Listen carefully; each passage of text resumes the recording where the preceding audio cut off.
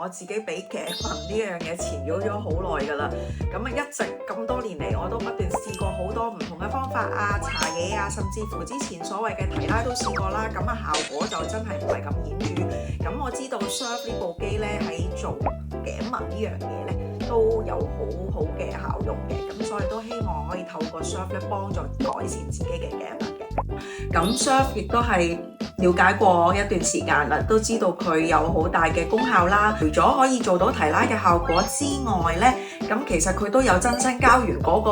feature 喺裏邊啦。咁我覺得會更加有效用啦。同埋另外就係我了解到 Surf 呢個即係 last 到耐啲啊，覺得會更加適合咯。做完之後，首先即時嘅感覺都係好明顯啦，效果咁亦都係即刻睇到，甚至感覺到